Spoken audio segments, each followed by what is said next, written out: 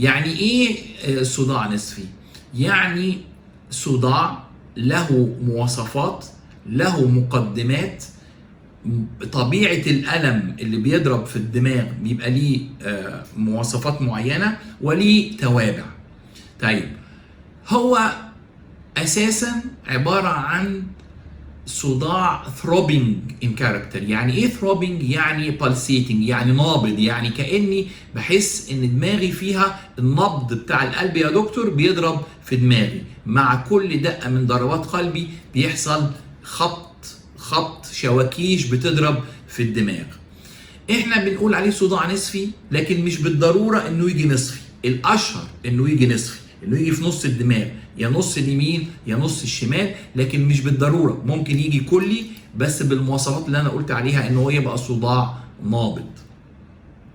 هذا الصداع النابض بيقعد وقت ساعات، من 4 إلى 5 ساعات، حتى ممكن يصل إلى 72 ساعة، يعني 3 أيام متواصلين من الألم الشديد.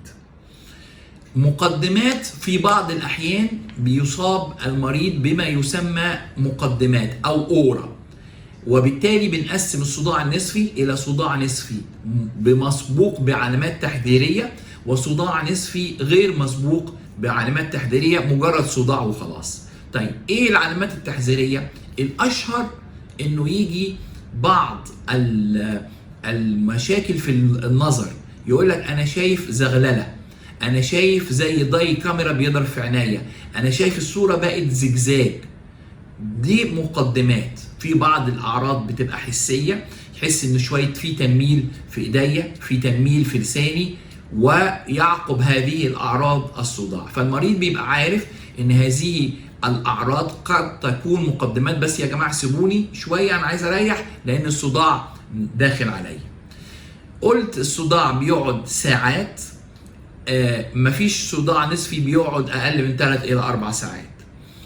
ممكن يكون مصاحب إلى هذا الصداع بعض الأعراض، يحس بغثيان المريض أو المريضة، ويحس بميل للقيء، ممكن يصل الى قيء فعلا. يصاحبه كمان حاجه مهمه جدا بتساعدنا في التشخيص، ان المريض ما يبقاش مستحمل لا صوت ولا ضوء. يبقى سيبوني محدش يكلمني، انا عايز اقعد في اوضه ضلمه، اي ضوء بيضرب في عينه بيتعبه اكتر واكتر.